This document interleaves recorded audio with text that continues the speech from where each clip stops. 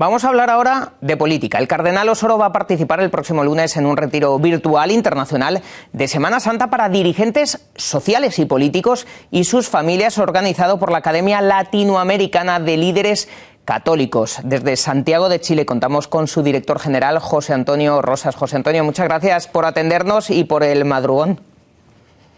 Muy buenos días, Álvaro. Un gusto saludarte desde América Latina. Una pregunta antes de nada. ¿Sorprende que exista una academia dedicada a líderes católicos en Latinoamérica? ¿De qué se ocupa esta academia? ¿Qué es lo que hacéis?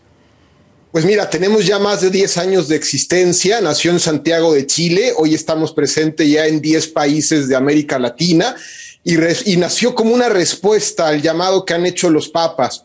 Juan Pablo II ya decía en su exhortación posinodal de América Latina, decía que América necesitaba laicos que asumieran responsabilidades directivas en la sociedad. Después vino Benedicto XVI y en la inauguración de la Conferencia General de Aparecida nos dijo que había un déficit en América Latina de líderes y de voces católicas con una clara presencia cristiana.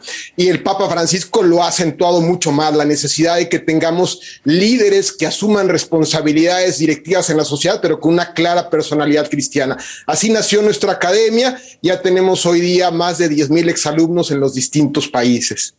José Antonio, enseguida te voy a preguntar sobre alguna de estas cosas que has comentado, pero antes me gustaría también saber cómo es la labor que hacéis y por qué es tan necesaria. Es decir, ¿cómo trabajáis en el día a día? Pues mira, en el día a día tenemos dos grandes áreas. La primera es el proceso de formación.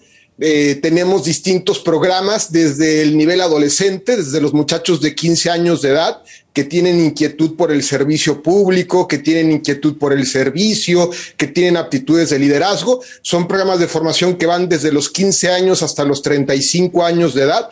Y después la otra gran línea es el acompañamiento a quienes ya tienen responsabilidades directivas. Y en ese campo trabajamos tres grandes perfiles o tres grandes sectores que nos interesan. Primero son políticos. Tenemos programas de acompañamiento pastoral para políticos católicos. El segundo es mujeres, programas de acompañamiento para mujeres que asumen responsabilidades de liderazgo en la sociedad. Y el tercero, el ámbito social y el ámbito popular. ¿Por qué es importante lo que nosotros hacemos? Pues ya decía un escritor que los líderes son quienes le imprimen el carácter a su época. Desafortunadamente vivimos un tiempo de gran polarización, no solo en América Latina, en Europa, a nivel mundial. Vivimos unos tiempos de grandes confrontaciones y hoy más que nunca necesitamos que los líderes sean constructores de puentes y no de murallas, sean artesanos de la paz, sean capaces de conciliar, de generar diálogo en la sociedad. Por eso hoy más que nunca es necesario que tengamos líderes cristianos que conduzcan a la sociedad en este momento tan complicado que vivimos.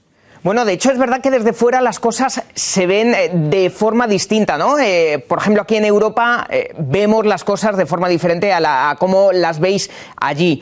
Pero, bueno, hay que decirlo, algunos de los políticos o de los líderes de Latinoamérica han sido desastrosos y otros lo son, ¿no? Y no hablemos, por ejemplo, de la corrupción. Imagino que uno de los principales deseos que perseguís es precisamente acabar con esto.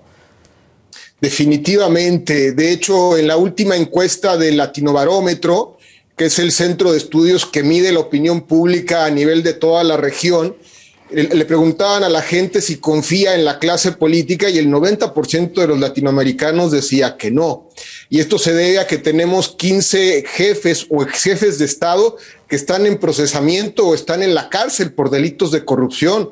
Sin duda alguna que hay un gran desprestigio de la actividad política, pero justamente por eso es que hoy más que nunca necesitamos sembrar con una mirada de futuro. Muchas veces el problema que tenemos en los temas de formación y de educación es que queremos ver los resultados en el inmediato plazo, en el corto plazo, pero si lo que nosotros realmente queremos es transformar transformar el rostro de nuestros países, de nuestros continentes, tenemos, como dice el Papa Francisco, que poner en primer lugar el tiempo sobre el espacio, es decir, generar procesos de formación, itinerarios formativos para transformar, no solamente capacitar, darles un manual, no, necesitamos transformar la mentalidad, la conciencia, la personalidad y formarlos conforme al Evangelio. Y en la historia nos ha mostrado que se puede conciliar política y fe. Ustedes en Europa tienen ejemplos extraordinarios como Konrad Adenauer, como Robert Schuman, como el rey Balduino, pero en América Latina también hemos tenido grandes políticos católicos. Por ejemplo, el presidente que introduce el primer sistema de metro en América Latina fue Eduardo Frei Montalva, un político cristiano. O tenemos el gran transformador de Lima en los años 80, Luis Bedoya, también un político cristiano. Pero necesitamos estar formando la próxima generación. Oye, ¿y la Iglesia allí hace autocrítica? Es decir, porque si se persigue esto, ¿no? Si se quiere lograr esto, imagino que la Iglesia en cada país, allí en Latinoamérica, también tiene que planteárselo de alguna forma, tiene que pensar o preguntarse qué clase de líderes o de formación está dando, pues como bien decías antes, a los adolescentes, ¿no? Por ejemplo.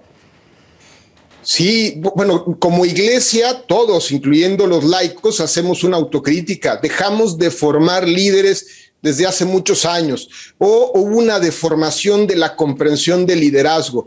El líder no es necesariamente una élite política o social.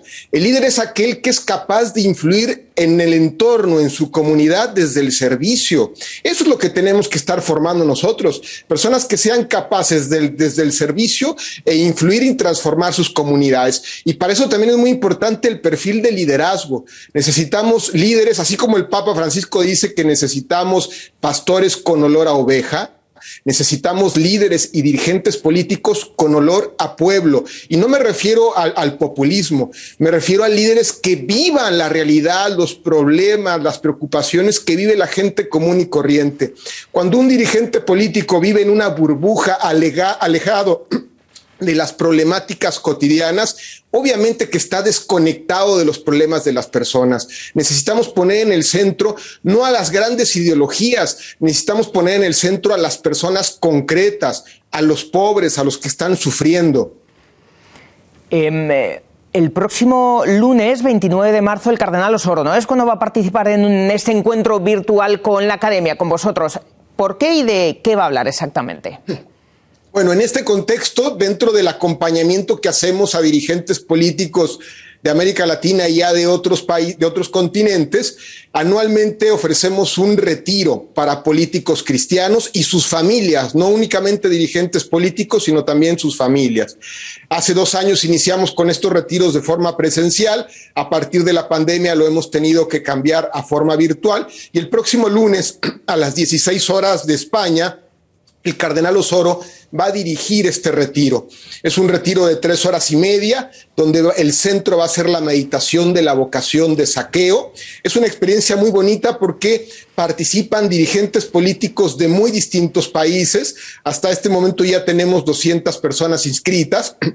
El año pasado, en este mismo retiro, tuvimos 350 participantes. No solamente es la meditación que da el señor cardenal, sino además hay un momento de diálogo y conversación con él. Y después hay un trabajo en grupos más pequeños que permite la posibilidad de que políticos, por ejemplo, el año pasado estaba tomando el retiro el expresidente de Costa Rica, y entonces conversaba con una exconcejal del Ayuntamiento de Madrid, con un dirigente político de México, con otro de Uruguay, en grupos más pequeños, para compartir las inquietudes, las preocupaciones, incluso los miedos que todos estamos teniendo en este contexto tan complicado de la pandemia.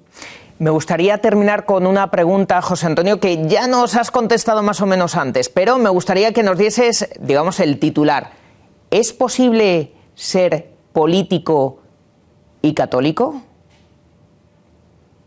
Desde luego que es posible, pero pasa en primer lugar por ser cristiano. El político católico en realidad es un católico que participa en la vida política. El desafío primero es vivir la fe la fe profundamente que tiene consecuencias sociales, políticas y económicas, porque nuestra fe no es una ideología. El político católico no le compite al político liberal o al político socialdemócrata o al político socialista, es completamente distinto. El político católico es un cristiano que vive su fe y las consecuencias de su fe en el ámbito político. Por eso es que se puede ser buen cristiano en partidos liberales, en partidos socialistas, en la izquierda, en la derecha, en el centro, porque nuestra fe no parte de la adhesión a un credo político, sino de la relación personal con Cristo, que tiene implicaciones sociales, y un cristiano